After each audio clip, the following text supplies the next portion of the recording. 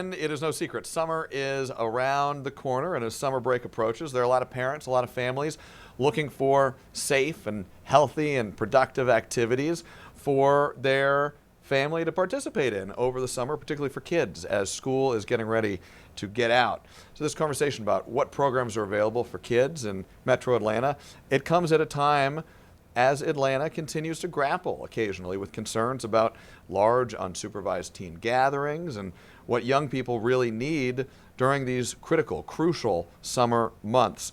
So to talk all about this, we are joined right now by the president and CEO of the Boys and Girls Clubs of Metro Atlanta, Libby Saylor Wright. Libby, thank you for being here with us. Thank you for having me. I'm excited to be here. So this is a topic I know lots of people are really interested in, particularly parents. Let's start really big picture. What activities, what programs are available through the Boys and Girls Clubs for parents who want to help their kids get plugged into these programs? The first thing I think it's important for parents to know is that we actually have 26 clubs throughout 9 metro counties. So we are where you need us to be. And that's the important thing about the Boys and Girls Club, is that we're actually in your communities and we're serving. When they are out of school, there's so many things they can do. So like you said, it is a safe place, it's an inclusive place, it's an engaging place, it's a fun place. And what makes it so fun? We have a history of sports activities, of healthy lifestyle activities that we've been doing with kids for more than 85 years. But now when you look at how things are changing, we also are moving into STEM. So we have coding and we have esports, which is a big winner, especially with our teens. We continue to have academic programs that allow us to excel over the summer and not lose ground. So it's a wonderful place for young people and teens to engage. I want to get into the brass tacks of when and where and how people can sign up, because I know there are going to be a lot of parents and young people who want to know all those details. But let's start with something even more universal, which is just the impact that being plugged into a program can have to a young person when they are out of school. This is your work. You help lead the Boys and Girls Clubs. How impactful are these programs to the young people who participate in them? They're incredibly impactful. I think people don't realize that what young people need more than anything is an opportunity to be seen, to be heard, to be productive. We have professionals that have been working in this space for a very long time that work with our young people on a daily basis. They're providing that kind of adult to young person caring and mentoring environment. So if nothing else, they build strong relationships that are critical for young people. But the other thing that we do that is unique is these are peer-to-peer. It's not a one-on-one mentoring thing. You are partnered and paired with with kids all your own age, doing activities that are relevant for your age range. So we see young people from K all the way through high school. Teens are welcome and teens are free. So we're seeing young people all the way through and impacting them in ways that is highly meaningful. And Boys and Girls Clubs, you're offering things all throughout the year, of course, but the summer months, they are particularly important for students in their development, both academically and socially and emotionally, when school is out and that sort of centerpiece of childhood is on hiatus for a few months, right? Correct. We want to make sure that our young people don't lose what they have learned throughout the academic year. So we keep some academic pressure in the summertime, but it's always fun. They have the opportunity to do something we call summer brain gain. And again, for parents that have invested so much through the year, they know that keeping that going academically for young people and not losing ground is critically important. So we make sure to do that. But if you think about the games that are real fun for young people, whether it's coding, of which we do have an Accenture coding camp coming up this summer, they're learning while they're doing things that are super fun and exciting to them. Also, we're doing stuff like exposing young people to career opportunities. We have a partnership with Kilpatrick where we do a law camp. And in that law camp, they are exposed to professions in the legal profession, obviously, careers in the legal profession.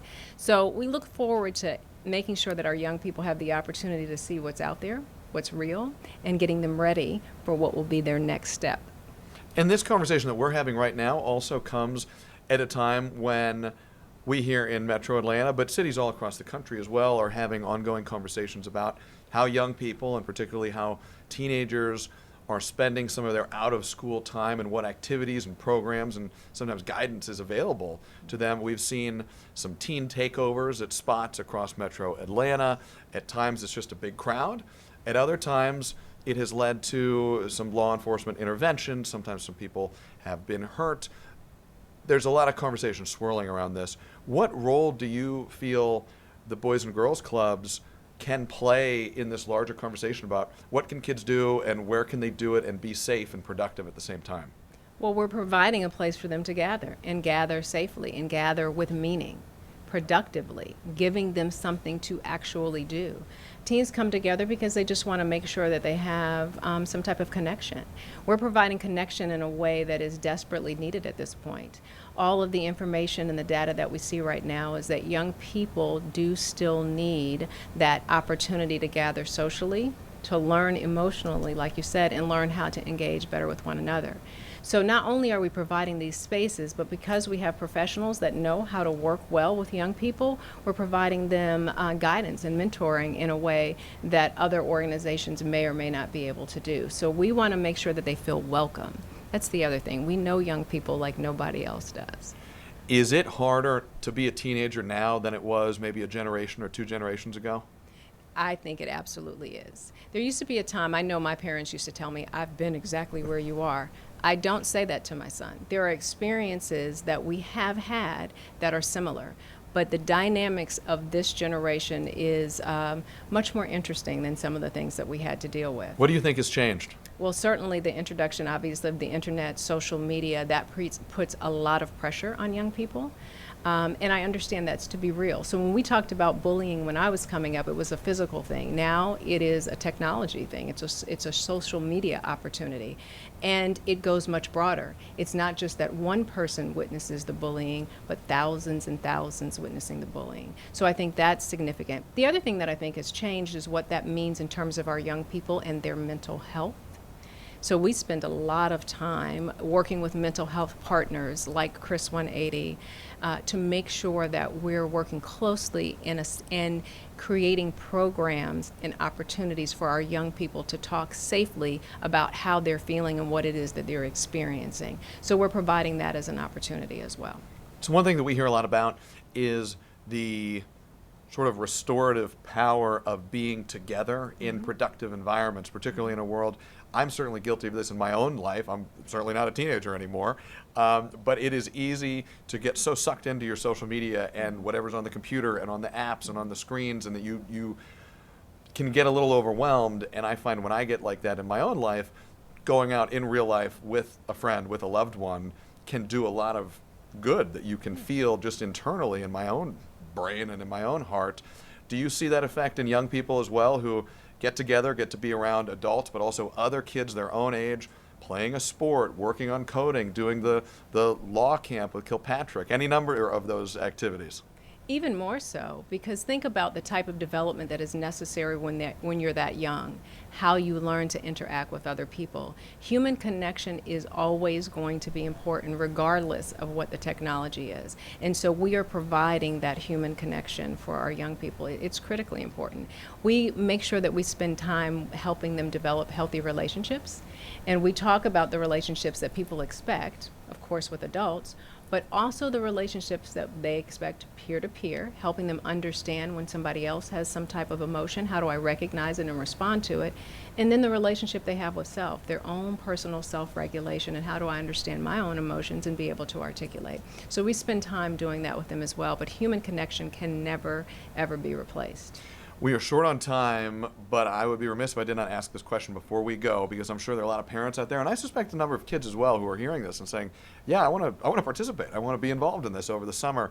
If somebody is in that situation, where can they go to find information about how much things may cost, when they need to sign up, what programs are on offer, where to go? Is there one central resource they can go and find? Absolutely. They can go to www.bgcc bgcma.org, and they will find all the information they need, including the fact that teens, I say it again, teens are free. And certainly we work with our families to make sure that no one that needs a safe place is ever turned away. So please find the club that's near you. Again, 26 in 9 counties. You will find that at www.bgcma.org. bgcma.org. That's going to be the hub for all the information you need if you want to participate in one of these programs or have one of your children, your loved ones participate over the summer. We are out of time here. Libby, Saylor, Wright, the president and CEO of Boys and Girls Clubs of Metro Atlanta. Libby, thank you so much for being here. Thank you.